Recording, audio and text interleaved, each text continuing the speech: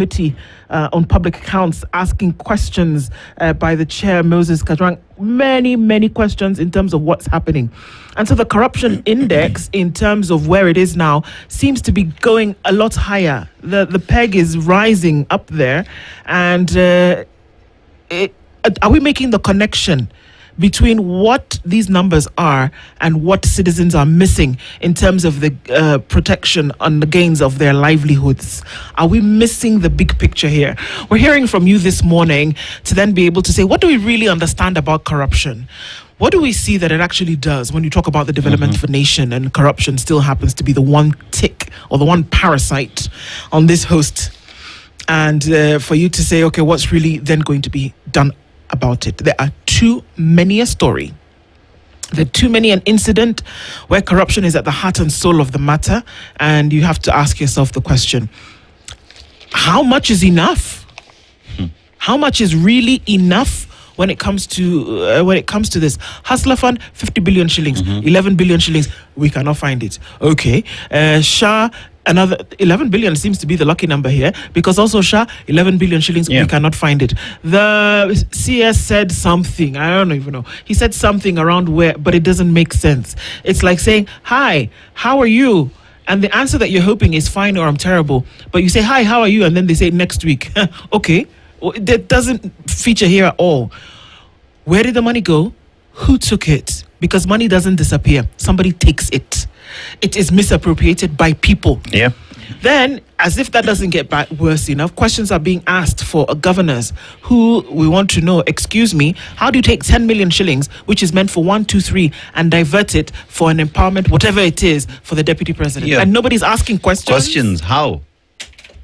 So let me just annoy you even further, yeah? Oh, God. So if you go to page 4 of the Star, Turkana County, 1.03 billion shillings. So this one is in terms of stalled projects, right? So it is just a question of projects that are stalled in their billions. Tana River, 1.76 billion. Marsabit, 1.16 billion shillings. Baringo, 1.33 billion shillings. Turkana, 1.03 billion shillings. Bomet, 753.65 million. Wajia, 694 million. Siaya, 500 million. Mombasa, 201.45 million. Kituyu, 164.84. Kajiado, 116.79 million. Machakos, 21.8 million. We're talking about stalled projects now. And these stalled projects, remember, there is down payment that has been paid, right? Yeah. Has not been completed. We've gone to other projects. Now, if you just go into a county and look at how many other projects have stalled, you're now asking yourself, why are we losing money over projects that we're not intending to complete in the first place? You know, then you couple that up with Shah, 11 billion. You go to education, there is that. You go to a county, 10 million shillings for chai and mandasi. You go to on-source revenue and how that is being collected, hapo iko shida. And one asks the question, Ndu, as we talk about, we want development. Let's say development for the world in terms of tunawaletea barabara. Yeah. Tunawaletea barabara, tunawajengea mashule. How much are we losing under the pretext that tunaletea wananchi development? Or are all these development project conduit is just one conveyor belt for corruption to take place and for individuals to enrich themselves? I reckon this is a way individuals have found an easier way of taking money from the public coffers, because again, as wananchi, we are not tired enough and we're not asking the questions. Because if it was a hospital, what that was supposed to be finished in 3 years, were we involved about it because it is in the county, or members of the county, of that county residents involved, that now a project has stalled? What is our responsibility in saying, hey, our money in that project, we want that project completed, and if you're not finishing it, tunakufunga? I think you're right on the money. And you have to look at intent. Yeah. This is one of the things I've been fascinated with the law more recently. I'm just looking into some criminal cases and looking at some court. And the judge in one case, in one particular case, had said to the lawyers and said, you know what? In this case, until and unless you can prove intent, then we may not be going anywhere. And they brought some more and they looked at the habits and the patterns of this individual over time. And the judge came to the results later that you can actually prove that the intent of this person was actually to take life. Yes. Not because of this particular case, but because of how he had been behaving over time, and that they could prove his action time and time again, and they could see a habitual cycle, and they could prove intent. So I think you're right. Yes. That you cannot have stalled projects. No. Since 2013, 2014, 2015, 16, 17, 18, 19, 20, 21, 22, 23, 24, 25. It's habitual. They're stalled, they're not completed, but you still keep putting money in it. Your intent is not for development. No, it is You not. don't intend to build the hospital. Nope. This hospital is a means to an end. Thank you. So that you can siphon some money, put it in your pocket, and then you say, well, we were not able to finish because Treasury did not send money, or we didn't do whatever, or the prices went up. It's absolute bollocks. Yeah. And it's been happening too much, too long, and over again. And the crazy thing is that one person starts it, somebody else comes and continues Yes. it, and another person continues to perpetuate. The intent is never to finish, because if you intended to finish, you would. You would finish if you intended to finish. We were looking for an example. We said Dongo Kundu.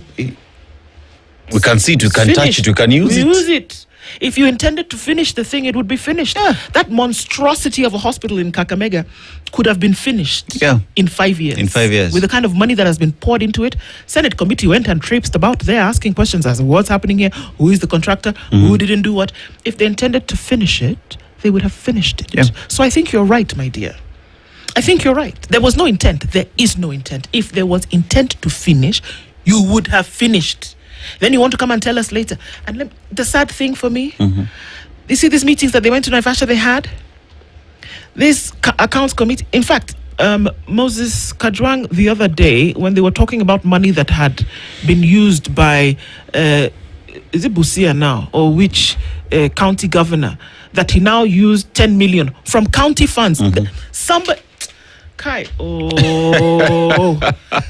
yes, you get angry like that.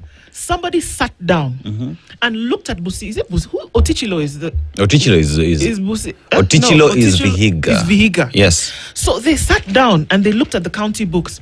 Vihiga, they've not finished building road. They've not finished building schools.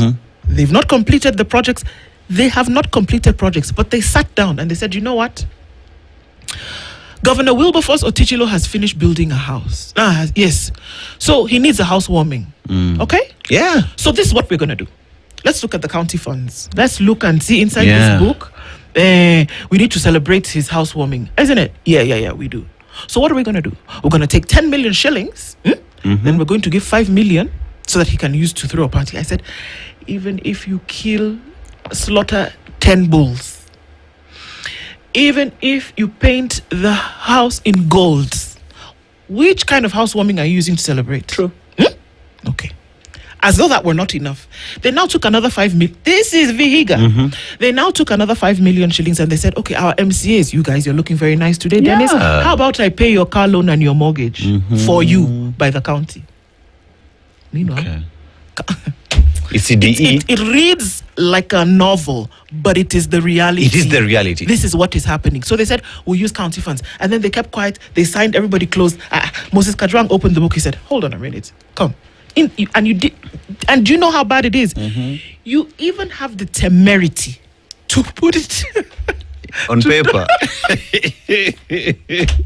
Like, you know what? We'll just tell you that you spent 10 million shillings, 5 million shillings on paying car loans, and then 5 million shillings on a party. Yeah. Ndu. Hey, God in heaven.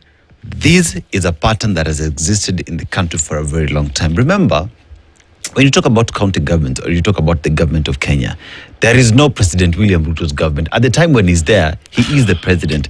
But the government is a continuum. I miss one city, Muga. The government is a continuum, whichever way you want to look at it. Yeah, through and through. So if it is the leadership of Oparanya that was there and started the hospital, the next governor who comes in, it is their responsibility to make sure either they find out why that project was never completed, how much was spent into it, how much was lost, and to fix that mess and ensure that that project is completed, because public funds have been spent on that project. But what do? I will go start my own level 6 hospital because that is my own project. Meanwhile, Kenyans are losing billions and billions of shillings every other day. But Ndu, question is, wananchi are passing outside this hospital every other day. Every other day. What is their responsibility in asking the leadership of the county, Oya, this hospital has been here for 5 years and nothing is moving. What are you guys doing? We want answers on the same. Because as wananchi as well, we can't afford to just sit and wait for ODPP, for DCI, for members of parliament who are in that party celebrating there, who are spending millions in that party only to come complain later. I mean, as for God's wananchi, sake, we must take responsibility as well. can you make the connection between these big numbers that we're Yeah. seeing in these committees of Senate or in these retreats in Naivasha or this Auditor General's report? Can you make the connection between the amount of money that is taken, stolen in corruption, and what you don't have? Yes. Well, let me land one such scenario for you. There is a poll that's going on right now on our socials. Or I think you need to fix that. If you could just look at that phrasing again so we can fix that question and make it read right in terms of the options for the answers. And we're going to be taking your calls in a minute. But let me land this for you. Dennis, you read a story this morning about a girl who walked into a police station after having walked how many kilometers trying to get to school. She didn't have school fees. She walked to a police station to ask for help. A police commandant raised money on that day for her to go to school.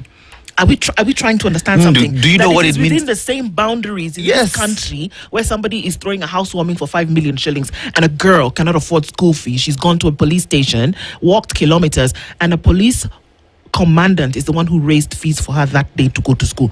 Come on, somebody, pinch me, wake me up to this reality. I must be dreaming, or this must be a terrible nightmare. Ndu, What are we doing? you have a teenager, Yes. right? Imagine your child, your teenager, has gotten so desperate that the only place they see they will get help is a police station. As an adult, walking to a police station is a tough job. Tell me where this child had gotten to a point where they will have to walk to a police station and tell the police, I am not here to report a case, Hey, God but I forbid. need to go to school Hey, Chukwaju. because I don't have school. Ndu, Chukwaju, I've even spoken because that's where think about it. it's hitting my Think head. about it. For us to understand. Yes. You guys, this 10 billion, this 11 billion, this 20, however many billion that you're seeing being lost, right? You need to land this plane and understand that it is actually out of your mouths.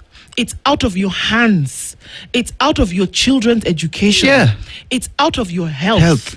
It's out of your roads. It's out of your hospitals. It's out of your schools. It is out of your security. Your security. It's out of your employment opportunities. Yeah. It is coming out of that. When the governor of Embu County is accused of 10 million shillings being diverted, county funds, and being given to some empowerment program, where in some cases they handed out lollipops, it is coming out of those things that essentially are going to set you on the path to prosperity. This is what we are talking about, my people. You need to actually push. The people who have the responsibility of oversight and ensuring that this doesn't happen, you give them your vote. Yeah. You give them your vote. You give them your vote. You go to rallies, you listen to them, you do public participation, you vote for them. This money takes away from you. Are we making the connection? Ndu. You see, it is in the very, very same country where, I don't have kind words for the deputy president today, man. I'm sorry. You are a professor of law. You understand what it means, public funds and how they're supposed to be spent and on what exactly. It can't be that today a professor of law, a strictly of the law, is the one who is participating in breaking the very same law. I'm sorry. Governor Mbarire, At the time you're giving 10 million shillings, and it is in the very same constituency where ECDEs are not enough for all the children in the county. You know, there are roads in the county that need to be worked on. We have healthcare workers on the streets every day because the counties have decided not to sign on the dotted line. Citizens of that county are unable to access healthcare simply because we do not have healthcare workers working.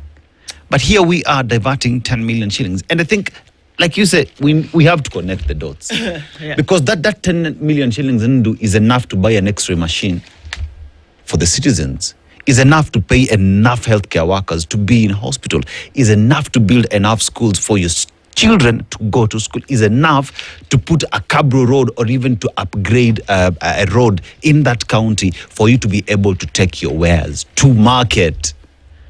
When these monies are being diverted to things that, I'm sorry to say, but are nonsensical issues in the country, Kenyans lose.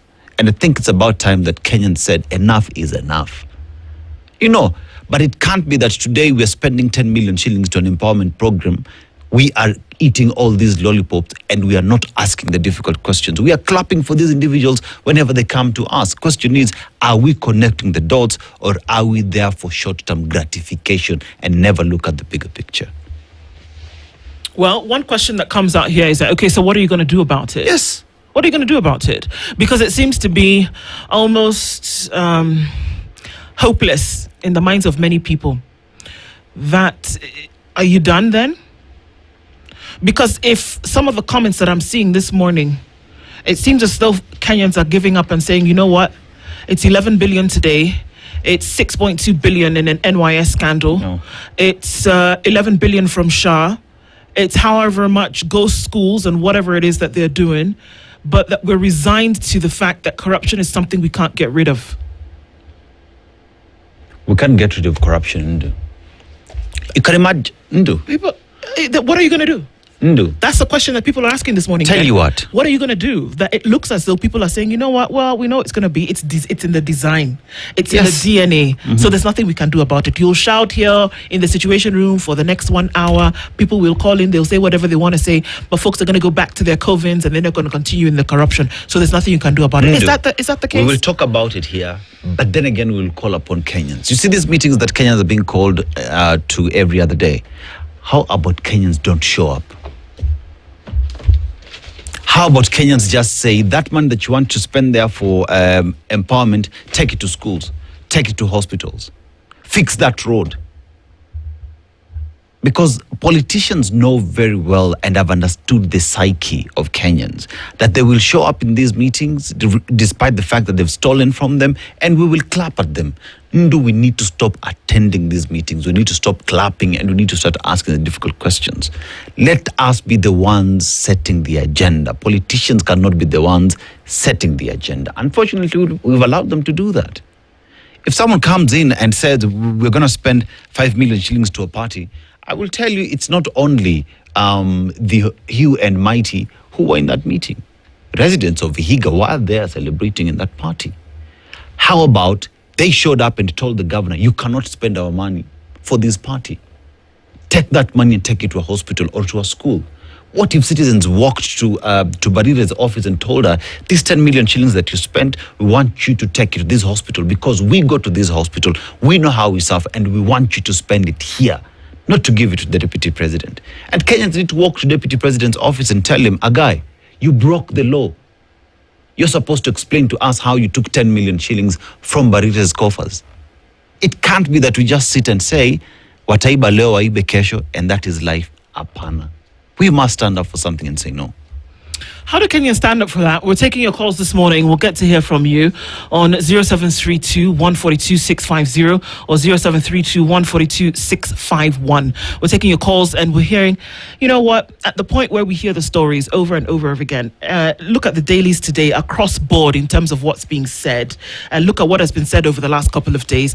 Corruption was largely an issue in the committees this week, largely an issue in Naivasha, the MP's retreat. It's still a on the money question here in terms of what's going to be done about it. We're taking your calls. Let's hear from you this morning. Hello, good morning. Hello, good morning. Morning, Du. How are you doing? Doing very well. Please tell us your name and where you're calling in from. My name is Jose Maria. I'm calling from Nairobi. Yes, Jose. What are your thoughts? Corruption? Do we make the link? Is it time? It is time. I think Dennis has said it. We need to wake up and not show up. Because I think we are in a situation of Stockholm syndrome. And, clapping for abusers, I am often, I don't understand the way we think as Kenyans. That I come and take away your livelihood, and I thank you for taking, and I thank you for taking away my livelihood. It doesn't make any sense, We need, and I think it is very clear from a people perspective. We need to wake up and refuse to be treated this way. And I think it goes beyond that also. For example, the media also must also ask the hard questions like you guys are doing. I watched this week in a very important show, one of the talk shows after news, prime time. A politician goes and speaks rubbish. And the best thing we can say is, oh my. We don't challenge them. Because if we allow that kind of talk, when the president is lying, nobody asks questions. The media must also do better to challenge back and ask harder questions so that at least when that conversation ends, people know that was not true. Fact-checking. Because we are living in alternative reality. Didn't Nyoro challenge the Safaricom? The president says he's something completely different and opposite. And we are debating this. It's so clear. I don't understand. It's time. Point is, my bottom line is, it begins with me. I have to refuse to give that 200 shillings to the cop if I'm caught. I go to court and I follow the process. It has to begin with that. Because we've normalized this even at the small levels, that at the big levels, then we have no moral authority to challenge. Absolutely. We've normalized it. I violate traffic. I give the 200 shillings to a cop. The other day I was in Kasarani and I sat in the police station in Kasarani because I was, I had been stopped by a cop and I'm waiting to be processed. And people are walking in with hands up, handing over money to somebody waiting. And they just give the money, walk out, give the money, walk out, give the money, walk out. So how are they going to challenge Kindiki when he's using our money for nonsense that is, branded empowerment? People must ask questions. You're giving me 20 shillings to do what business am I going to do with 20,000 shillings as a youth? Why don't you make sure I can go to school or get skills that I can use for myself sustainably? It is so much nonsense that has been formed to look like reality. It's unbelievable. But yet, we have to wake up. It is time. We have to just simply say enough is enough and hold our politicians accountable. They've misused us for so long. It is time we wake up. I hear you, man. For them to put in a law that actually holds Kenyans accountable. I will not say we go the China way because that's probably barbaric, but we need something serious to handle corruption in this country. You hear things like the fund, the infrastructure fund.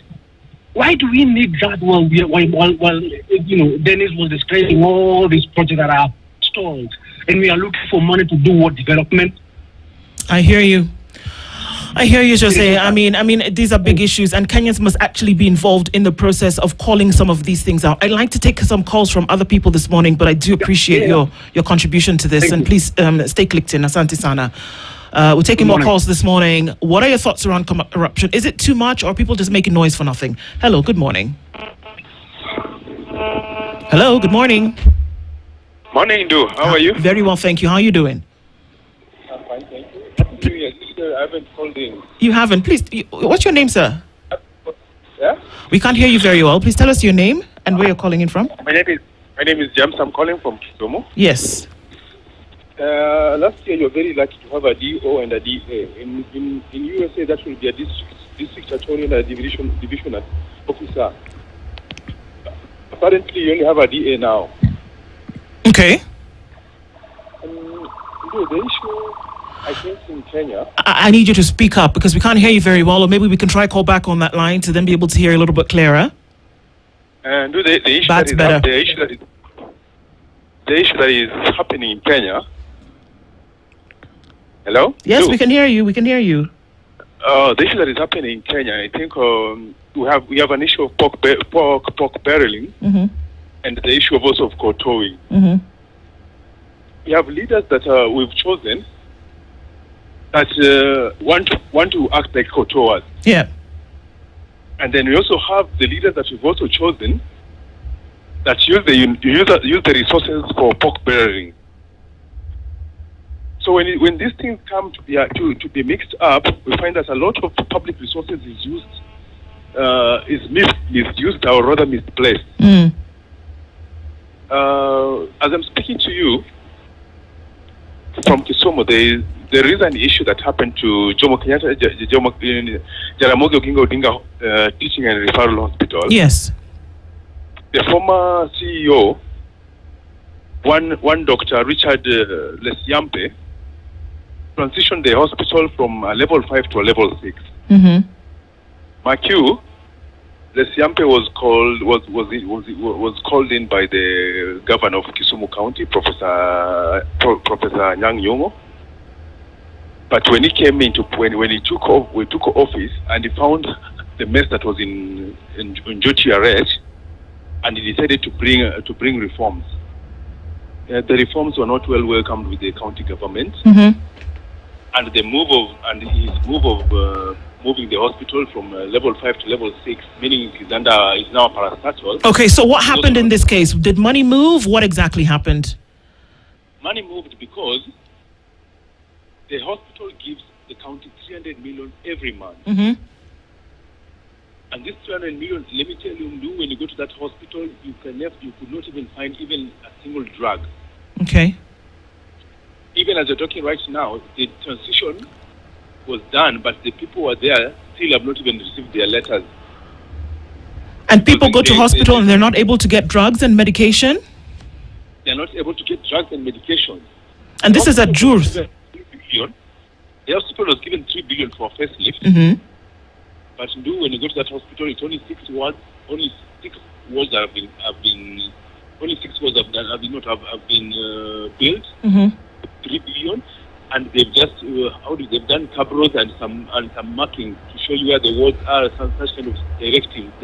Yeah. Okay. And the other remaining, you don't know where it has gone. I hear you, and this is a clear indication of that, if money has gone somewhere, that we should be able to see the resultant effect of that money, and it's not happening in this case.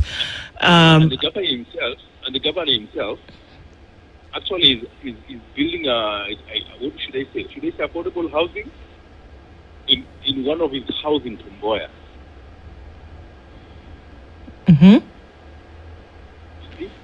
So I think there's an issue of I wouldn't say misplaced priorities, or rather what, I don't know what is happening in Kenya, but I think citizens need to wake up and to see these things, because the chapter 6 of the constitution really needs. You're disappearing again, so maybe we need to try and get this line back, and maybe we can see if we can call back in. But we're hearing what you're saying in this case, that it's very clear that Kenyans need to actually wake up and do something about these situations. I'd like to take some other calls coming in this morning, but I want to thank you for that for this morning, and maybe we can see if we can get a clearer line in and take some more calls this morning. 0732 142 650 or 0732 142 651. Hello, good morning. Hello, Ndu. Yes, good morning. Morning. Morning. Corruption kwa Kiswahili. Yes, absolutely. Tell us your name and where you're calling from, sir. My name is Joshua. I'm calling from Lugari. Yes. Corruption tumefika too much. Pozo kwenye situation ya ni. Embu governor jana akihojiwa na senator. Hata kujieleza. Senator mwenyewe oversight, awezi oversight, embu hivyo hawajui oversight. Sasa tumefika Kenya, tumefika mwisho kabisa. Inafaa samaki ikate kutoka kichwa, tutaweza, lakini kuchini hatoboi mzee. Kenya imefika pabaya sana sasa hivi. Tunaumia mbaya sana. I hear you. Asante sana. It sounds like it's coming from a place of pain, and we're having the corruption question this morning. And one thing is true, while another thing may be, it's possible for two things to be true in the same space as possible. That yes, there's wanton corruption that goes on a higher level, but that there's everyday corruption that goes on, and can there be corruption that's practiced by some and not practiced by others? So when you say that we're not going to allow this to happen anymore, are we also having the conversation with ourselves that we will not be involved in this either? Hello, good morning. Hello, good morning. Good morning. Yes, hi, Ndu. Now, my name is Dan. Yes, Dan. Yes, Dan. Yeah, now, I'm a victim of corruption myself. Okay. I've been in business for about 20 years. Mm-hmm. And I've lost untold number of opportunities because of saying no to giving bribes. But having said this, I think the first thing we need to do is look at the mirror, as Kenyans. Mm-hmm. Yes. I believe and I've experienced that most Kenyans have accepted corruption. Corruption is a way of living. They've accepted corruption as a way of getting up there. They have realized that corruption pays, it rewards, and there are no consequences. And it's a means of getting what you want. So if you ask me, I like what the media is doing. They're doing God's work. And I'm looking at the days, I'm a millennial, and I remember the days where I used to have all these propaganda programs on TV about Moi, about Kanu, and how I long for the day where the media houses can come together and start educating Kenyans on morals and values and culture with a long-term strategy of changing how people think about living human life. Yeah. Oh. I hear. Okay, I think the line got a little bit whirly there, but I mean, definitely, Dan, hearing your message on that. And then there's a role that we all can play in a professional capacity, but also in a moral value capacity as well. So thank you for that. Definitely gives rise to more. Asante Sana, let's hear from others this morning. Hello, good morning. Good morning, Madam Du. How are you? Very well, thank you, sir. How are you? Me, I'm good. My name is Karajawa Veru, calling from Bahati. Yes, Karajawa. What are your thoughts this morning? Is this thing killing us? My thoughts this morning is this. Kenya is heading the wrong way because of this corruption. And the sad thing is this, normalizing corruption and the bad things that are being done in Kenya will destroy this nation, beautiful nation. We say fish rot from the head. People go into government offices not to serve, but to be paid for work. I mean, to get money or corruption money from those offices. Look at our politicians. Look at the civil servants, the police. They are paid salaries to get corruption. I mean, to steal from the government and from the wananchi. That's my take. And it's so bad to normalize bad things. Bad behavior is now becoming the norm of the day in Kenya. Yep, indeed. So I'm so sad that our leaders are so busy. Let's see the situation of Aden Duale. He presides over the stealing of 11 billion. And when he's asked whether he can resign, he said, no, I cannot resign. That is a bad precedent. And I believe if we had good leaders, from the president downwards, they would be whipping and taking stern action on such leaders like Duale and other ministers. We see Isaac Ruto, who is presiding over JSC, yes, is going to a party meeting. We have seen ministers going to do campaign for the government. And all these things are against the constitution. This is a major part of corruption. So corruption will kill Kenya. I hear you, and thank you very much for your comments this morning. To be able to hear, I mean, you sound like a bit sad this morning, to then be able to embrace this reality. Let's hear from a couple more folks this morning as we get your thoughts. Thank you. Hello, good morning. Hello, good morning. Good morning. What's your name and where are you calling from, sir? My name is Vandip. I'm calling from Eldoret. Yes. And now, I've just been listening and heard about various news about corruption in Kenya. Yeah. No doubt we have a cancer in our society. And the problem is this cancer is very, very deep-rooted. Yeah. So it starts from the lowest level and it goes to the highest level. So it has to be cured some way or the other. And but the major problem is it's very deep-rooted, and we can't discuss here the cure, but a way has to be found. Because if this cancer takes us down, we're all going to perish. I hear you. But all said and done, there are some good things happening which should be applauded, like the concept of EGP and some responses the government brought in. They should be supported and applauded. You know, small steps begin and then they lead to a big change. So as much as we criticize, we must also appreciate some of the things being done. But no doubt, corruption is a big problem and it should be cured. Thank you very much for your call this morning and for putting that in. Indeed, there's also an opportunity to be grateful for the things that are also working, but then not treat this thing than less of what it is, which is a cancer. Thank you so much. We'll take some more calls this morning. Hello, good morning. Morning to you. Good morning. How are you doing? I'm doing fine.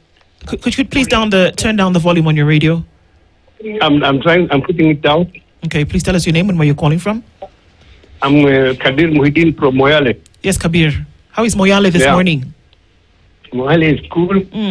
Not as hot as it used to be. Okay. The weather is kind today. All right. That's a good place to start. What are your thoughts around corruption this morning? Has it gotten to the point where it's too much, or is there still something that can be saved? What are your thoughts around corruption this morning? I still need you to turn down the volume on your radio, sir. Yeah. No, can I speak? You can speak, but if you've turned down the volume on your radio. Yeah. Now what I'm saying is that corruption is deeply entrenched into our society. And the poor people in this country are suffering. There's no employment you can get with less than 300,000 shillings. No place, no hope for the poor people's children. But corruption, if we are to fight it, we should start from 190s themselves. Because their kuras are bought. And all these members of parliament, they corrupted us. So they don't have respect for us. They are looting left and right. Look at the politicians in northern Kenya. They are all having skyscrapers in Nairobi. Just 3 days ago, there was a massive demonstration here in Moyale because there is no water in a place called Bori. You see, this what do you call this things that they dig? Boreholes. The boreholes, yes. The boreholes is even available, but the machines are not working. Oh. Do you see? Everywhere in North Kenya, Wajir, people are dying of thirst, hunger. And these guys are having big skyscrapers in Nairobi. I hear you. So you can make the connection, Kabir. Let me ask you a question. Yes. You can make the connection between somebody you would imagine is building a big skyscraper in Nairobi and the lack of water in an area in Moyale. You can see the connection between that, can't you? We can see. We can obviously. This is crystal clear. I mean, these are things that are not even. It's not only Moyale. It's even Wajir, Garissa, Mandera. People are dying of thirst. And you see, these guys are putting up skyscrapers in Nairobi, Isli. There's just corruption. There's no employment you can get in country today. You have to pay over 300,000. I hear you, Kabir. Thank you for calling in this morning. My hope is that the weather remains just cool enough for you to bear today, as citizens have to be more involved in these conversations. Thank you for calling in this morning, Asante Sana. We'll take a few more calls from you this morning. Not to forget that number is 0732142650 or 0732142651. We're going to come and see what you're saying on our socials this morning as well. Hello, good morning. Hello, good morning. Good morning. Good morning to you. Please tell us your name and where you're calling in from, sir. I'm Kenneth Otieno calling from Kisumu. Yes, Kenneth. What are your thoughts? Yes. We are all involved in this corruption thing. And if we're going to start fighting it, we should start fighting it from within? Or what are your thoughts? Thank you very much. My thoughts are, if the government have the intention of really eradicating corruption, we ought to see it in their actions. Okay. You remember in 1981 when Jerry Rawlings took over in Ghana? Yes. What he did was that he set up the National Investigations Committee and the Citizens Vetting Committee with the branches in all the nation's 9 regions. The National Investigation Committee had the power to investigate, among other things, allegations of corruption, dishonesty, or abuse of office for private profit gain.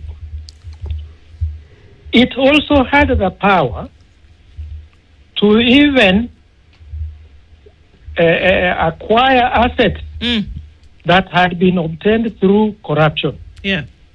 And courts had no power at all to question any decision, order, or finding of the committee. So that showed an intention of the president himself to rain down on corruption. Okay.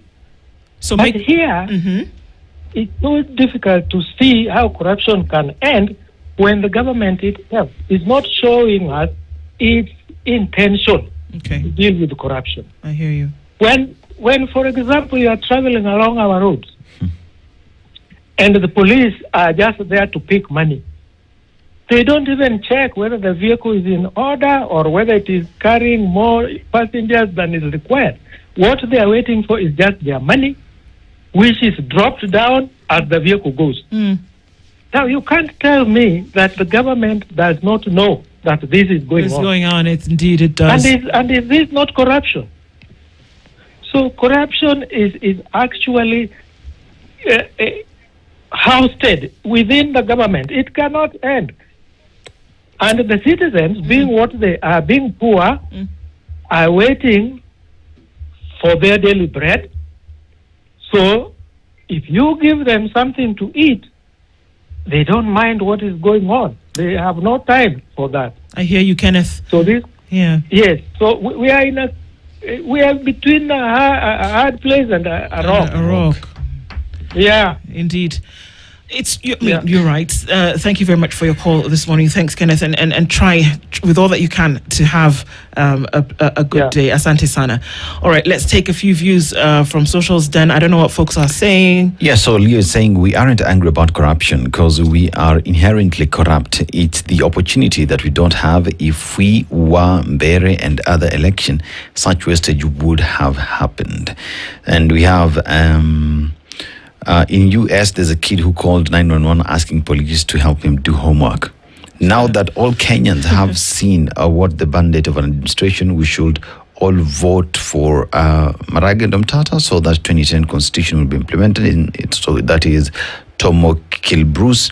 And we also have Eric Oworo says it has reached a point that we have to rescue this country through the Mau Mau way, the Ochuka way. It's obvious that we cannot change the behavior of the politician. Now, one said maybe he is beneficiary of corruption. I supplied a certain institution goods worth 400,000. I haven't been paid since 2025. That is Jennifer Etenyi. Now, corruption is only bad when you're not involved. That is Mtuflani. And Can the media, so this one is a question to us, can the media give these politicians a blackout?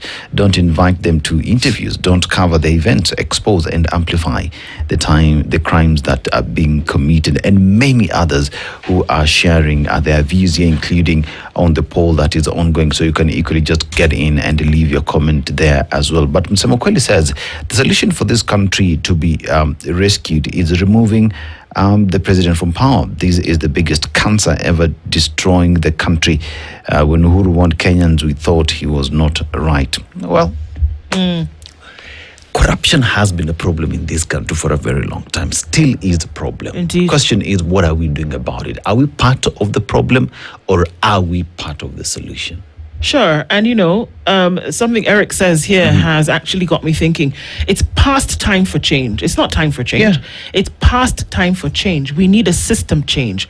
We cannot change the behavior of this crop of politicians in this system, or even ourselves in this system. Where is our mindset? What are the things that we're thinking? What's an easier way? What's an easier way to deal with this thing? Again, giving a story, I was in another Uber where the guy was taking the wrong side, and I said to him, do not take this side of the road. It is against traffic laws. You're getting into a highway from the wrong side of the road. We'd rather go round. Fella said, nah, it's very short, there's nobody crossing. Crossed over. Of course, no sooner than had we done that, there's the motorcycle for the police, of course, coming and asking, hey, what's going on here? And I said, brother, I told you not to take this route. Oh, no. And I said, he said, now, I have to give him something. I said, you actually don't need to give him anything. You were in the wrong. Yes. You actually took a very wrong turn. You were in the wrong. Oh, I got out of the vehicle and stood on the side of the road to wait for another one and left him to his fate with the police officer. How are we involved in these issues? And it's like, are we courting a cancer? I've never seen a doctor who courted a cancer. You cut it out. You cut it out, yeah. You get rid of it. Get rid of it, or it will kill you. And you need to do whatever you need to do to blast the remaining rotten cells out of there. That's what you do. You don't take the cancer on a date and give it flowers and wine. Yes. You cut it out.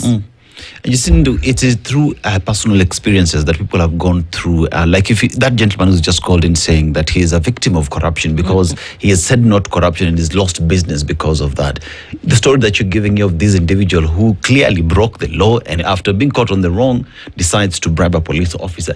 It is us who are part of this system, and until we say enough is enough, a police arrests you because you've broken traffic rules. Go to court, pay that fine so that next time you stop. And through that, you not paying bribe, Kenyans will know that we're doing things differently, and that's the only way we will change this country. It is the only way. We thank you for taking part in the poll today, and we thank you for the calls that came in. It is very clear that everybody realizes that this is a problem, and clearer still that we cannot continue this way or it will kill us. Good morning, 7 a.m., 8 a.m. This is the Situation Room, the only way to start your day.